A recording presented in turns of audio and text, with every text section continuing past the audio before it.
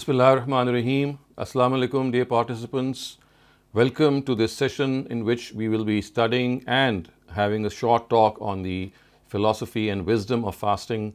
We all know that the month of Ramadan is about to dawn upon us. It is a very holy month. It is a month in which all of us concentrate more towards our spiritual needs, and we are naturally attracted towards doing good deeds. So it is in the fitness of things that while we are about to start this month, we take a look at some of the important issues that we will be facing, and at the same time we would also want that we are able to understand the philosophy, the wisdom, and the underlying reason of this very, very important worship ritual. We all know that this ritual is mandatory for every person who is able to fast in this month. And so let's start with the background of fasting. And the first thing that I'd like to point out in this background is that what exactly is the reason that we are obligated, or it has been made mandatory upon us. So you see, every person has two planes of existence. He or she would have a physical plane of existence, and he or she would have a spiritual plane of existence. In other words, we are a compound made from body and soul. So we have a body and we have a soul. And both these components need nourishment. So the nourishment of the body, we all know, we eat, we drink, we have our carnal desires, we fulfill those desires. So these are the needs of the body. At the same time, our soul also has needs.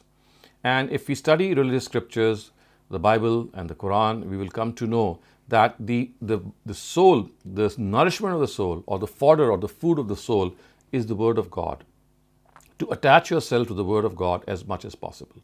Now, during the whole year, our spiritual and our physical needs are like they are intertwined one another. In fact, if I may say, and I think you would agree, that our physical needs take the better of our spiritual needs, and they always dominate our spiritual needs, or most of the time.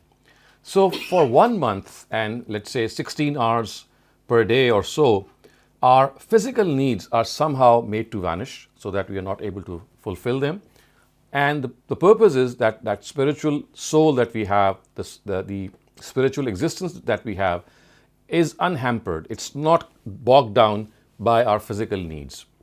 So summing up, we can say that this month is the month in which our spiritual needs, which need to be developed, which need to be nurtured, which need to be nourished, are given special importance.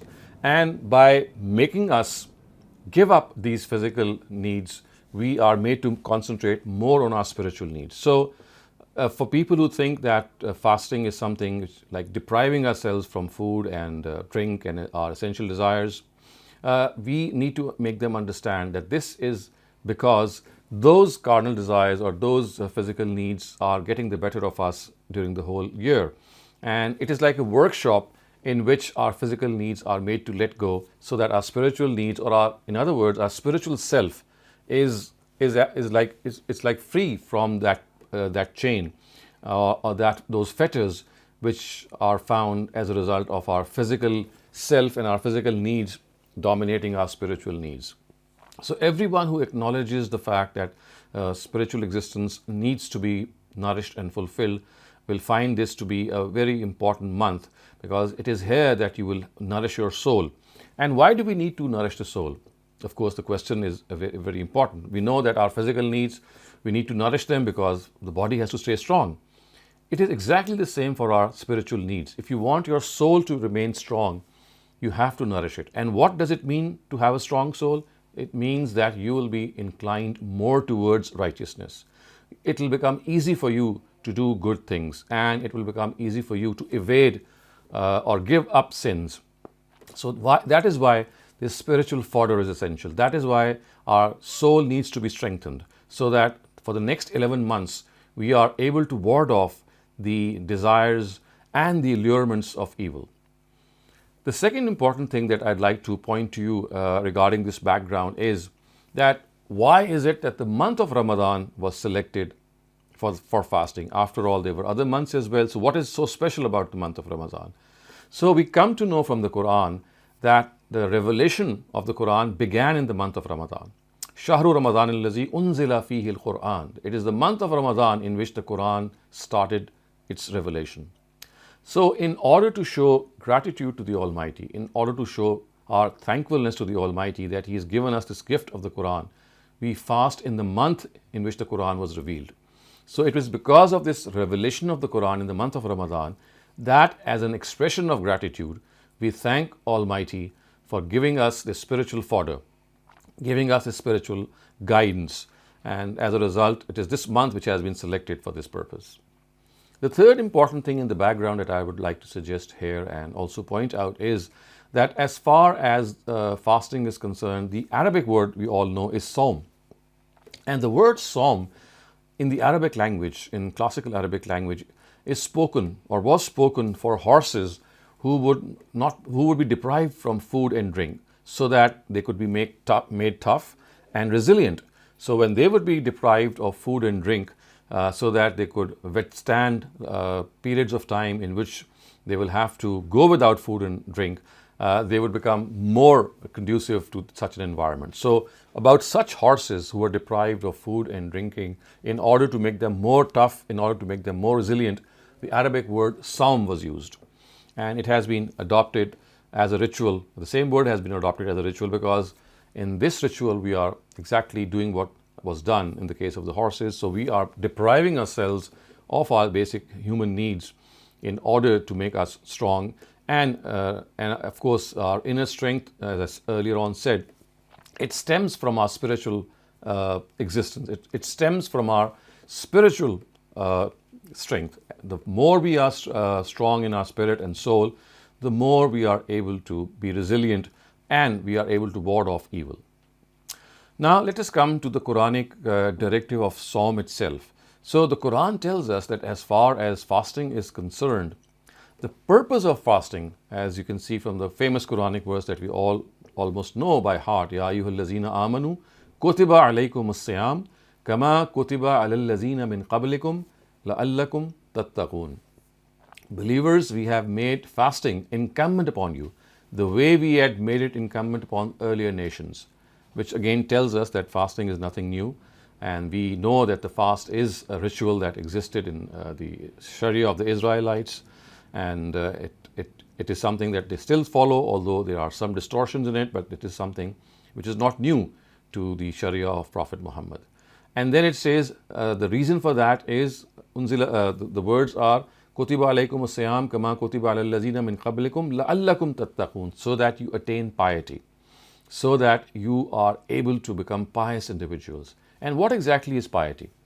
Piety is to restrain yourself and to abide by the limits of God. So in order to abide by the limits of God, we have to restrain ourselves, we have to control ourselves.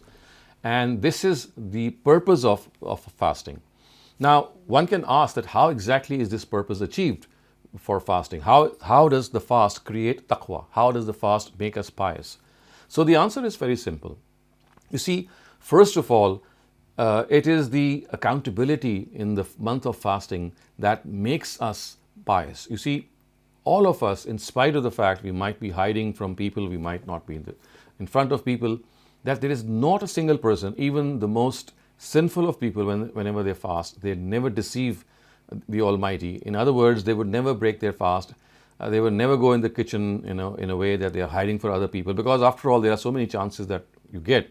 You can just, hide from the eyes of people and start eating or drinking without knowledge of any other people, and people would think that you're fasting. But no one does that. Why? Because the person thinks that God is seeing him. So in other words, when you abstain from eating and drinking, even in private, even when no one is seeing you, what does it mean? It means that you have the fear of God. And that exactly what piety is, that you don't cross the limits. You know that if no one is watching, at least God is watching, so I must not eat or drink. And it is this feeling of accountability that actually nurtures that piety.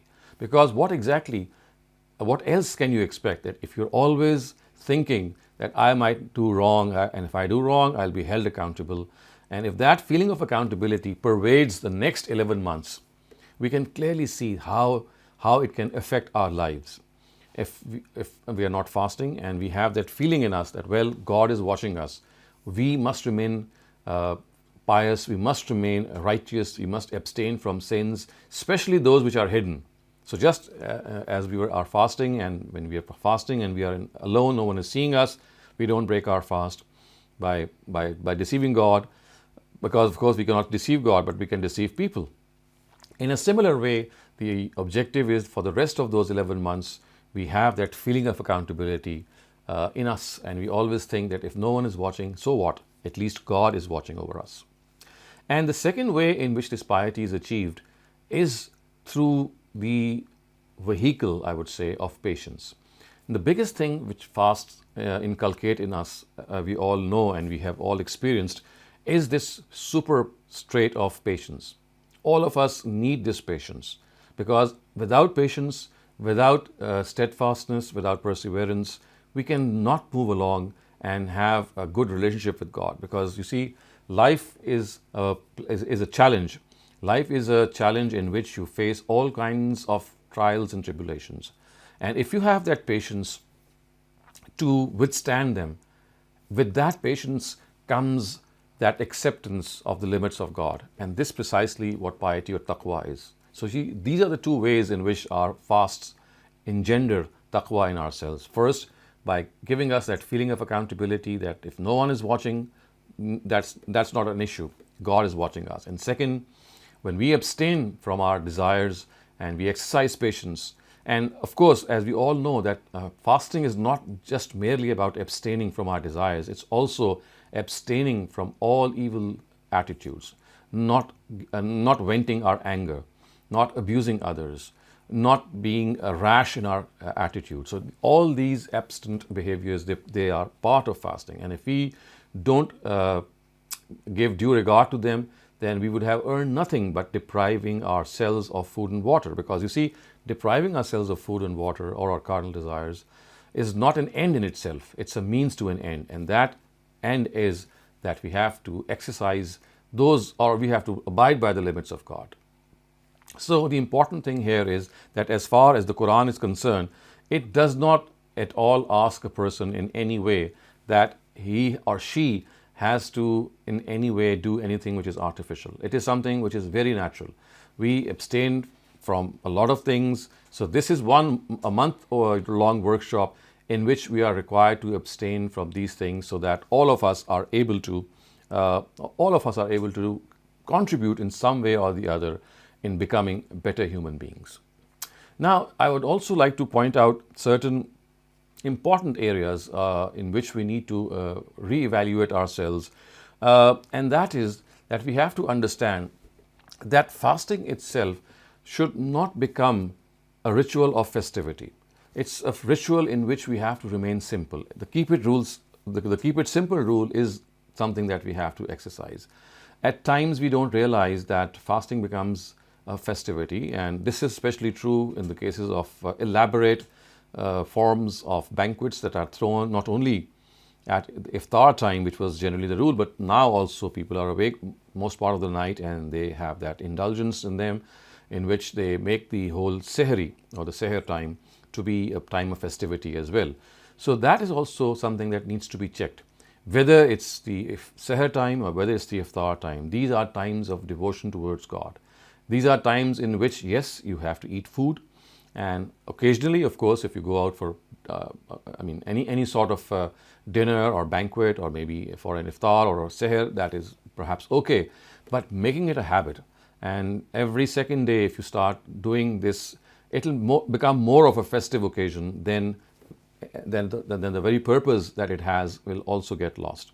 So the first thing that we have to understand is that it's not a month of festivity. It's a month of austerity, not festivity, austerity. To be austere, to be simple, to be as devoted to God as you can. We have all 11 months for all that festivity. For this 1 month, we have to devote ourselves as much as we can towards that simplicity in our food as well. The second thing that happens as a wrongdoing in fasting is that we vent our anger on people, and then when someone scolds us, we say, well, I'm sorry, I was empty stomach and I just lost my temper. Now, this is absolutely no excuse. So if you are venting anger and if you are doing something which is unbecoming, and then you make this excuse that you are fasting, that is again something which is not acceptable in the sight of God. In fact, if ever anything is acceptable, is to exercise patience. And whenever someone says something that might provoke you, instead of getting angry, the words that our Prophet has told us that they should be enough, and that is, I am fasting. Just tell that person, well, I am not going to reply to you because I am fasting. And my fasting is not just abstinence from food, it's also abstinence from using any bad language. The third wrongdoing in fasting, dear viewers, which we often see, is that at times we procrastinate the fast. And it is as if we are trying to do away with the fast by either sleeping through the fast or in most cases somehow doing activities that at times are not conducive. But the most important thing here is that because people are awake for most part of the night, so when they start to sleep right after Fajr, so a better part of the fast itself is spent in sleeping. Now, this is also something which is a tendency that should be checked, because you see, if you are going to fast, then of course you have to bear that fast. It's not an easy ritual at times. It becomes hard, especially when you have physical activity going on. So instead of lulling ourselves to sleep, we have to take it as a challenge and spend that time while being awake most of the time. Of course, it's not the fact that you have to remain awake all the time, but the fast should itself not be spent in such a way that you are sleeping for the most part of it, because that would then take away its very important significance. Now, the other thing that I'd like to point out regarding the month of fasting is that basically it's the month of accountability. It's a month in which we need to take charge of ourselves. We need to reevaluate our priorities. We need to see whether we are performing all our duties as a human being and as a person who is related to our society. So we have to reevaluate if we are a good father, a good son, a good brother, a good husband, and so on and so forth. We have many forms of existence. We have many levels of connections. So this is a month in which we have to be more introvert in our activities. And that introversion, of course, relates to how we take charge of ourselves. We hold ourselves accountable before our own selves. We need not go to other people. It's like a time of soul searching. It's a time of spent in seclusion as much as you can, because it's a time in which you evaluate the priorities in life. And if we are able to evaluate these priorities in life, we will always be in a position to revamp them or to restructure them. What happens is that in 11 months, we are going in a routine. It's like a fast routine. It's like a machine rolling, and the cogs, all of them rolling with that machine. And seldom do we stop and get a chance to reevaluate.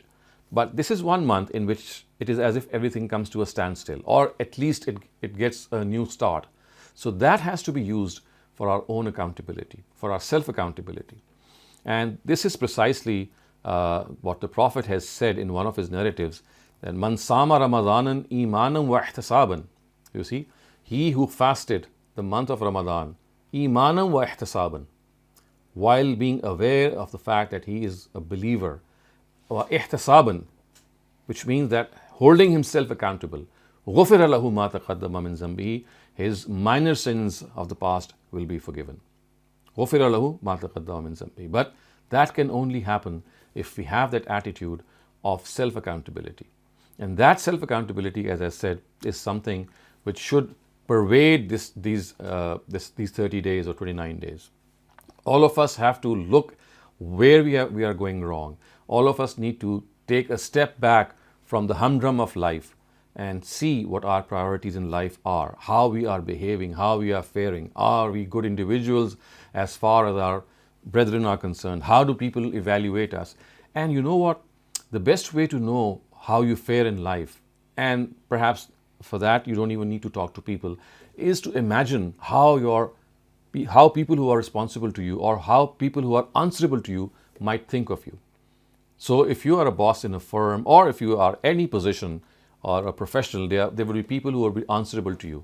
And if that is not the case, for it may be not the case for some people, so nevertheless there are people towards whom, who look up to you and who in some form or the other are answerable to you. And of course all of us might be having children as well, and they in some sense, are accountable to us in some ways as well.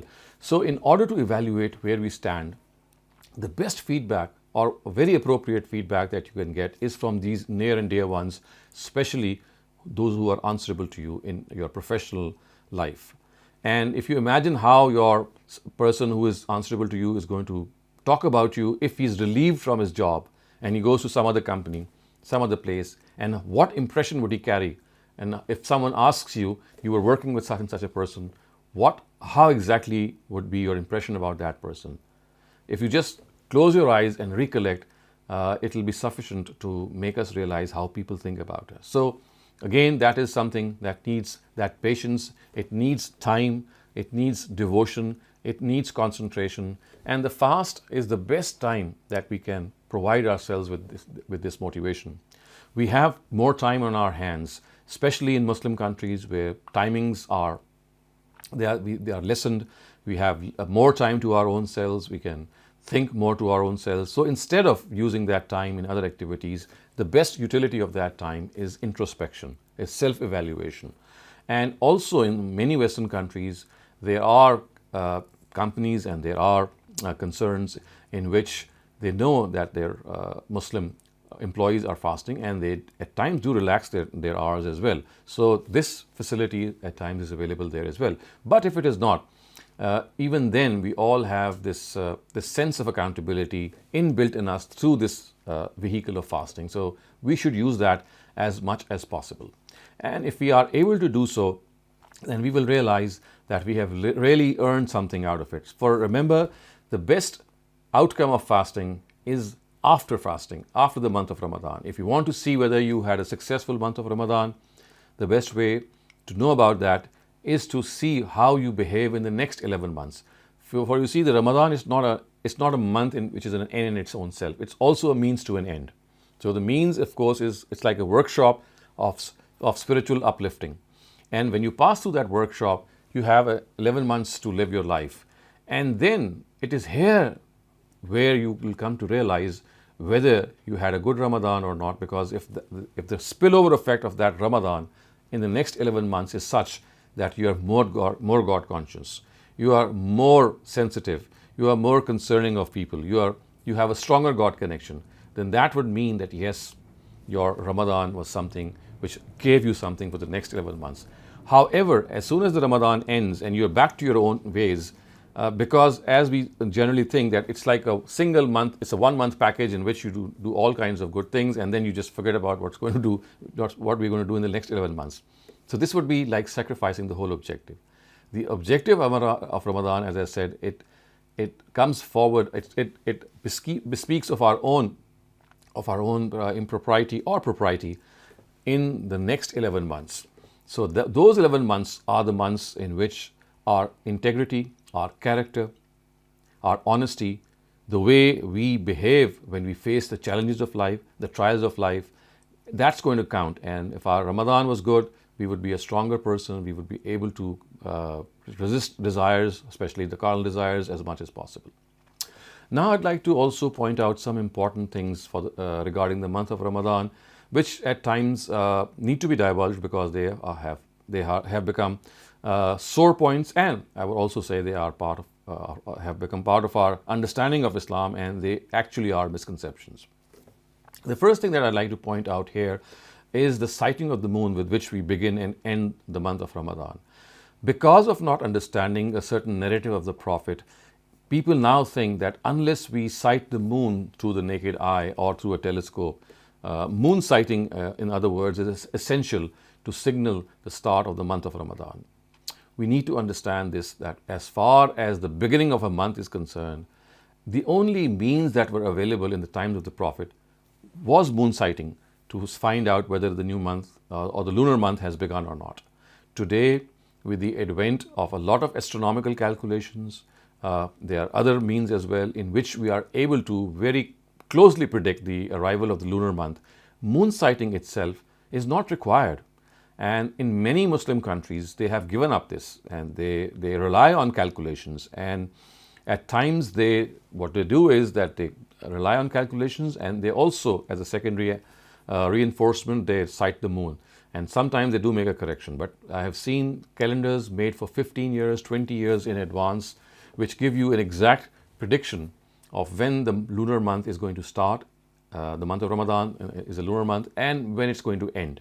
So this whole controversy that enshrouds us every year, in which the sighting of the moon to begin the month of Ramadan and then to celebrate Eid to end the month of Ramadan, we have a whole, we all know what we go through, and also we make a laughing stock of ourselves because we have those differences in which people would not agree whether they have sighted the moon or not, and we have Eids being celebrated and the month of Ramadan being celebrated at various times. So I think this is the first thing that we have to understand, that moon sighting is not a religious ritual at all. It's just a means to determine the arrival of the new month. And now, just as in the previous times, we had no means to find out time but through a sundial. And through a sundial, we would be able to know whether the sun has going down, or whether it's a time of sunset or sunrise, and everyone had to have that sundial or some other means to find out the time for the prayer. But this now is not required with the arrival of wristwatches and other watches. We are now able to know the times, and we can offer the prayer without looking at the sun. In a very similar way, this is the case with the fast as well. So I wish that, because this is something which is beyond our own control. We are just individuals. Sighting the moon is something which relates to state. So the state machinery has to realize this, that if they are able to predict the arrival of the lunar month, as has been the case with the arrival of these astronomical calculations, then this is not something that is needed at all. The second thing that is a question that often people ask is the Taraweeh prayer. What exactly is the status of the Taraweeh prayer? So let me just give you a very brief history of the Taraweeh prayer. And from this you will realize that how it came to be an integral part of the fast. And people now think that unless they offer the Taraweeh prayer, perhaps their fast would be incomplete. So this happened in the times of the Prophet, when in the month of Ramadan, once he came out to his mosque. So remember that his room was very adjacent to the mosque, especially when he would stay with his wife Aisha. So it happened once that he came into the mosque. He would normally pray the Tahajjud prayer in his own chamber, in his own compound. But it happened in one of those months that he felt that he should come out. So since his chamber was just adjacent to the mosque, the Masjid Nabawi, so he came out and started praying Tahajjud. And we know that the narratives say fi jawfil layl, which means in the middle of the night. And of course, the Tahajjud prayer is recited out loud. You make a loud recital. So in those times, when people were living close together, when they heard the Prophet reciting the Quran in the middle of the night, there were people who were living close by. They heard him and they got excited, and they gathered in the mosque, and he started to pray behind him. And of course, on the first night, just a few people came. But when morning time came, they spread this news that, well, the Prophet prayed at night, the Tahajjud prayer, and so we were able to listen to him. So other people got informed. The next night, we know that more people gathered, and the Prophet, of course, he knew that people were present, and he was praying, and people were praying behind him. And then in the third night, it looked as if even more people had joined. And once again, the Prophet was heard as praying, and people followed him. Now, in the fourth night, it seemed as the whole mosque was jam-packed, but the Prophet did not come out from his chamber. And in the morning, he actually informed them that he said that I was aware that you people are outside at the time of Tahajjud, but I did not come out because it was, I just thought that if you start following me in this way, then this Tahajjud prayer might become incumbent upon all of you, and it would become part of our religion. I would not have liked this to happen. I would have liked it to remain an optional prayer for you, so I never came out. And this is all that he did, ever. And then we know that there were people who said that, well, we are not able to offer the Tahajjud prayer at the time that you are offering, because at times it's difficult for us to get up and to prepare Sehri and at the same time also pray. And also many of us are not, we don't have extensive memory such that we have a lot of Quran in our memories. So the Prophet said that if you're not able to get up, then what you can do is that you can pray the Tahajjud prayer with the Isha prayer. So the Prophet prayed the tahajjud prayer. He allowed the tahajjud prayer, people who could not get up in the tahajjud, to be prayed with the Isha prayer. This is what happened during his own times.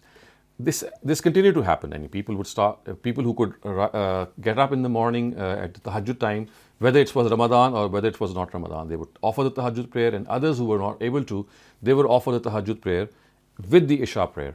And it got shortened to the 3 witrs which people normally offered.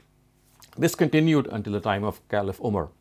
In the time of the Caliph Umar, he was once passing by the mosque and he saw that people were praying this prayer at the time of the tahajjud, and they were praying in various sections.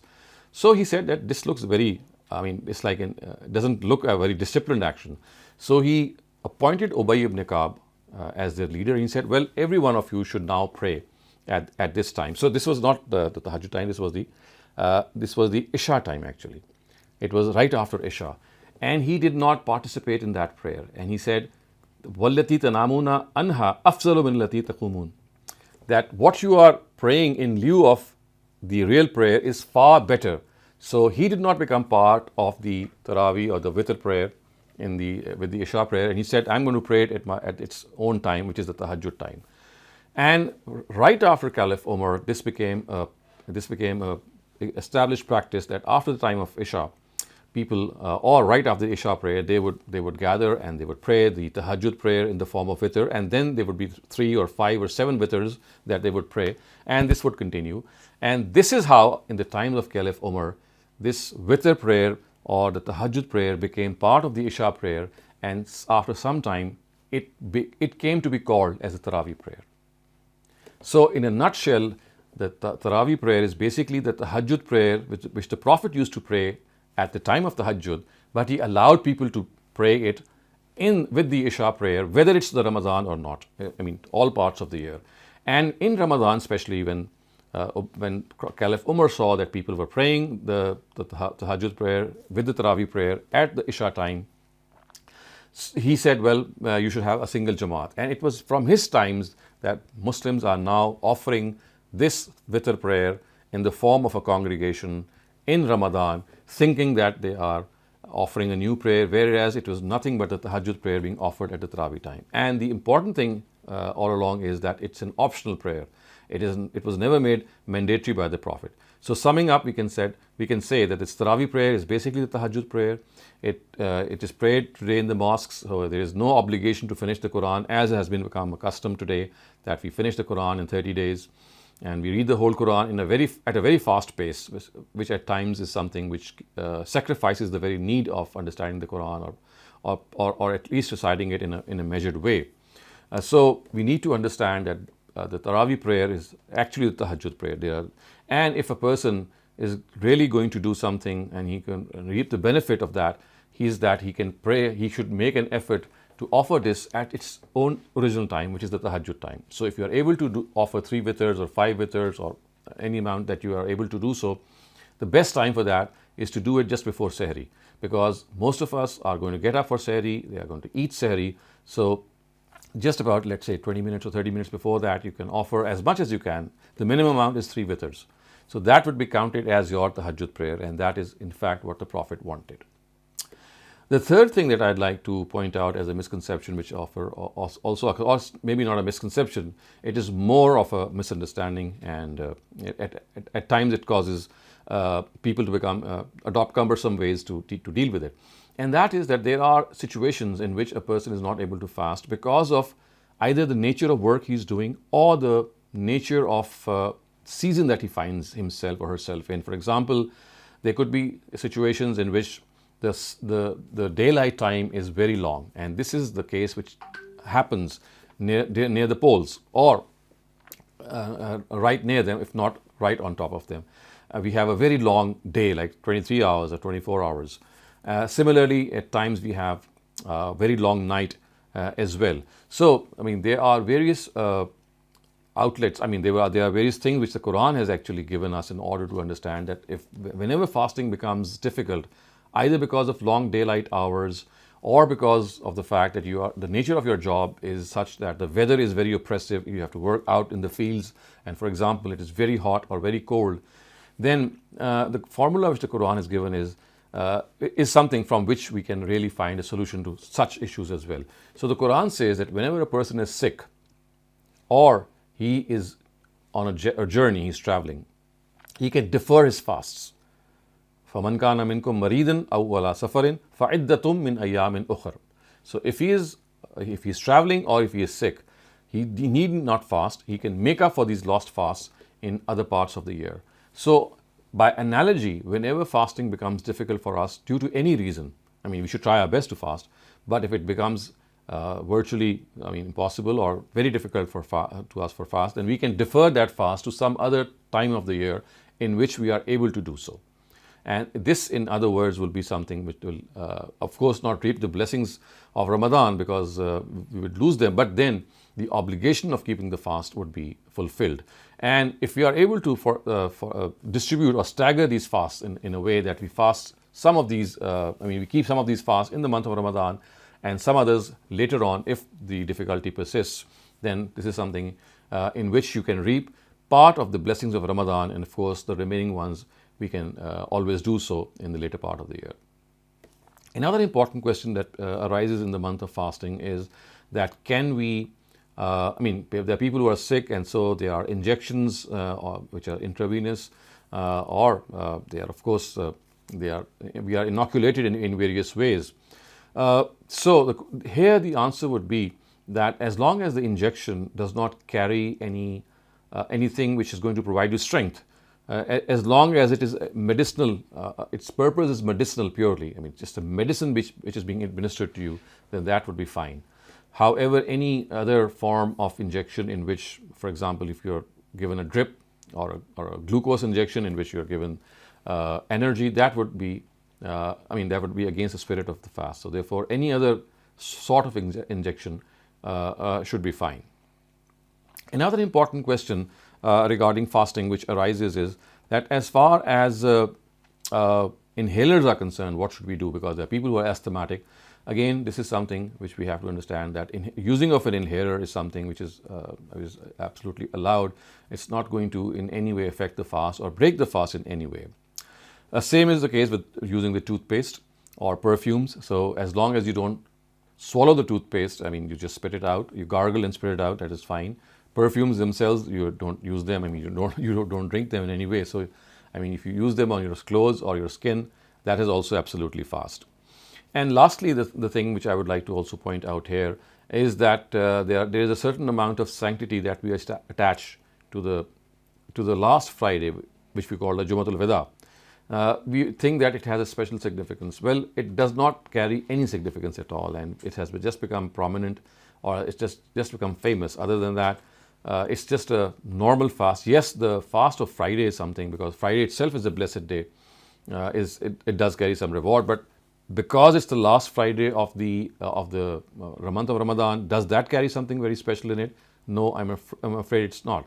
It has become very a sort of a celebration that we think that the Jumatul Wada fast has a special significance, but no, it doesn't have any special significance. It's the way all other Friday fasts would have. The last or the parting Friday fast is the same. So these were some of the important questions that could have arisen in this holy month, and I'm now going to end my session and talk here. And if you have any questions regarding the month of Ramadan and fasting, please raise them. Thank you very much, Dr. Saleem. Our first question of the day comes from Shabnam. Shabnam, please go ahead. Ji sir. Sir, just wanted to ask, what does the word Taraweeh mean? Just wanted to know as to why this name was given to the Tahajjud prayer in Ramadan. So the word Taraweeh is the plural of Tarwiyah, and Tarwiyah is the name given to the gap in which you sit between 4 rakats. Because in those times, after every 4 rakats, people would sit and then they would offer the next 4. So that break or the intermittent part was called Tarwiyah, and its plural is Taraweeh. So that is how this prayer became famous for. Because they used to sit after every 4, and that gap would signify that now the next 4 is going to come. Right, sir. Thank you, sir. Thank you. Akram Bhatti, you're up next. Please go ahead. Assalamu alaikum, sir. Walaikum Sir, you assalam. have give us very good advice and covered almost I would say everything. But I have one question that's Mhm. left about nursing mom. If somebody, if Yes, some lady is nursing the young baby yes. and she fasts, she cannot nurse her properly. Well, nursing itself does not break the fast, but you need to seek the advice of a doctor. So that the lady must consult her doctor whether she is physically fit to keep a fast or not. Because that's something that she can ask the doctor about. But feeding a baby or nursing a baby does not break the fast. No, she says that she would not have enough milk to Well, that's what I'm saying. If the doctor says so, then she should abstain from fasting, and she should, make up for these missed fasts later on. I think the best advice that she would get is from her doctor. If the doctor says that the milk production will be not sufficient or something else is the matter, and she should not go for the fast, then fine. Then she should not keep the fast, but she will have to keep them later on. yeah. Thank you, sir. Thank you much. Thank you very much, Dr. Saleem. Our next question comes from the chat that asks, can a person be excused of Ramadan fasting if his job requires him to work during the night hours, and because of this routine, it causes weakness during the day for him? I think I gave a principled reply to this as well, and that is, this is something that you need to ask yourself. If it is difficult for you to fast for any reason, we have got two very clear examples from the Quran. And the Quran has said that if you are sick, which means that you are incapacitated to fast, or you are traveling, these are two examples which the Quran has said that in such cases it becomes difficult to fast. So if you think by the same token, if you have a life routine in which fasting becomes very cumbersome or difficult for you, then of course, as the Quran has said, then you can defer that fast to some other part of the year. Thank you, Dr. Saleem. Baran Nashur, you're up next. Please go ahead. Assalamu alaikum wa rahmatullahi wa barakatuh. Wa alaikum assalam. Sir, my question is about the concept of Laylatul Qadr, as there are many stories about Laylatul Qadr that, for example, it's in the last 10 nights of Ramadan. Some people say it's on the odd nights. Some people say, I think in the Hanafi Mazhab, they say it's on the 27th, most probably, and they even celebrate it with like Laylatul Qadr at the mosque or something. So I want to ask, what is the true facts about Laylatul Qadr? So, interestingly, when the Prophet was asked about the Laylatul Qadr, he himself said that I forgot exactly the time which God had told me. God did communicate Laylatul Qadr, the exact night to the Prophet, but in one of his answers he said that I have now forgotten, but all that I can remember is that it did occur in the last 10 days, and when people asked more, he said it did occur in the odd nights of those last 10 days. And when we regard the 27th or 23rd or 25th or any other night, we give it preference, this has no basis at all. It's just conjecture. So what the Prophet said was that it did occur in those odd nights, which just tells us that this is how the Prophet felt about it. As far as the fact is concerned that it comes every year, that is also that we cannot say for sure. Maybe it comes once in 5 years and 10 years.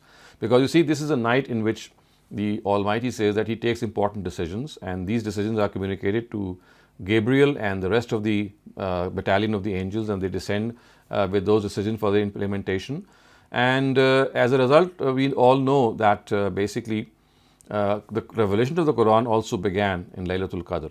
So it's a night, it's a blessed night. The Quran says, "Tanazzalul malaikatu warruhu fiha bi'izni rabbihim min kulli amrin salam," that it's a night in which it is peace all over until daylight, and that is all that we come to know about it. As far as the fact is concerned, whether it comes every year, we have no clue about that. So the behavior of a believer is that because he doesn't know whether it's going to come this year or whether it's going to come on the 21st or 23rd, the behavior of a believer is that he tries to be vigilant in all these odd nights, because you never know it would fall on one of these nights. And that is what perhaps God also wanted and the Prophet also wanted, because he didn't give one single day, otherwise everyone would have concentrated on just that day. He just said that all that I remember is the last 10 days, odd nights of the last 10 days. And as I can also think that this conjecture is also very true, that doesn't mean that it comes every year in those last odd nights as well. So all that we can expect is that, whenever it comes, it comes on an odd night, or the last 10 days of an odd night, and we need to be more vigilant in those odd nights of the last 10 days, and that is all. Now, how people have expressed their experience of seeing that night is various. Some people think that they saw the world as if everything had become white in light, and they saw as if as the trees were also sort of prostrating, and everyone has his own experience to tell. But that is something which has never been shared by any authority or any of the Prophet himself or the Quran himself. So it's like saying that it's a night which is a blessed night. It's a night in which we would like to be present and worship the Almighty as much as we can, but it has not been divulged as far as the exact dates of a night is concerned, of that night is concerned. And I said it's very befitting indeed, because this makes us more vigilant, and we spread our worship rituals on all these odd nights. Okay, and does that also mean that if we experience Laylatul Qadr, that our worship will be times 1,000 months, because they say it's more worth than 1,000 months? So it says Laylatul Qadr khairum min alf shahr. Then that night is better than the worship in that night is better than the nights which follow in those 1,000 months. So yes, that is what the Quran says. The word 1,000 here actually refers to not the exact number, but it's like it refers to something which is plentiful. When we say 1,000, it's not that we are counting 1,000. What we are saying is that it is better than several nights. It's an expression of something being large in number. Okay, thank you very much. Thank you, Dr. Saleem. Our next question asks, when performing the Taraweeh prayer before Fajr, how do you pray the Taraweeh prayer? What are the steps to doing that, and how many rak'ahs do you do? You have to pray the Taraweeh in odd numbers. That is what we know. So you can offer those nawafils, the nafils in two, and then you can make three at the end, like the time we pray, like the way we pray witrs. So 2, 2, and 3. And the Prophet also had some other ways that he would pray. He would pray 4, 4 as well. But I think the easiest way to remember as well is that you can pray 2 rakats, as much as you can, 2, 4, 6, 8. But in the last, at the end, you pray 3 witrs. So that will make it odd. So whether you pray 7 or maybe 11 or 13 or whatever is convenient to you, you can finish those even number of rakat by 3 witrs. You can pray 2 nafils and then pray 3 witr. You can pray 4 nafils and then pray 3 witr. It's up to you. It depends on how much time you have. It depends how fresh you are. So there is a variation. But the minimum amount is 3 witrs. So the minimum is 3, and the maximum is as much as you can. So it could be 3, 5, 7, 9, 11. So and just more. for clarification, the 3 that you pray at the end, do you do it like Maghrib, or do you do like 2 No, and then you stop? You do it like Maghrib. You do it like Maghrib. Okay, so you can't do like one by Yeah, itself. no. You have to do it like Maghrib. Okay, thank you for that clarification. Sweet. Our next question comes from Aruba. Please go ahead. Assalamualaikum. My question Assalam. was that earlier you said that the Taraweeh prayer, even at the time of Caliph Umar, it was like people used to pray like 3, 5, or 7. But nowadays in the mosque, it's like 20. 20 is like the distinct number, like that's prayed in every single mosque, at least in Pakistan. So I was just saying that how did it evolve to like 20? From the times of Umar, it expanded and people used to pray. For example, we know in the times of Imam Malik, 49 rakats were prayed because it's an odd number. And then, various countries and various schools of thought adopted different numbers. In Indo-Pak, we pray either 20 or 8. So the people who call themselves Ahlul Hadith, they pray 8. The Hanafis, they pray 20. And they insist that these are the number of rakats, and they have their own reasoning. Other than that, this, as I said, it's just a number that they've just adopted as a stable number, or a number that they think is what they should do. People who pray 8 rakat, for example, they copy the Prophet, and we know that the Prophet never prayed more than 11 rakat of the Tahajjud, because Aisha anha used to say this. But remember, for him it was an entirely different thing. For him, the Tahajjud prayer was a mandatory prayer. So for him, it had to be a certain amount that he had to offer. And that is why the Ahlul Hadith, they think that you have to follow the Prophet, then you follow whatever he did. The Hanafis have their own reasoning. But at the end of, the bottom line is that because it's an optional prayer, because it is left to your own discretion, the number of rakat of these prayers is immaterial, as long as you pray it in the odd number. Thank you. Our next question comes from Shabana Ansari. So please go ahead. अस्सलाम वालेकुम।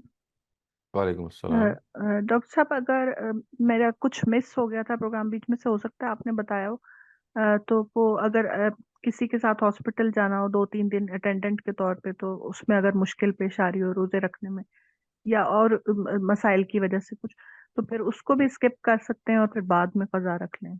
Yes, anything that forces you, or any compulsion that comes your way in which you're not able to fast, there is this provision in which you can give up that fast and make it up in other parts of the year.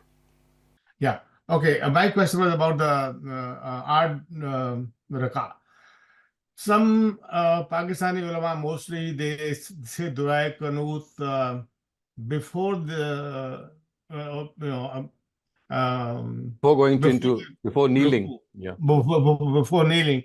And Arabic people in here, when they are leading, they will say after they say they get up from kneeling and then do it. So which is the proper way, or doesn't matter?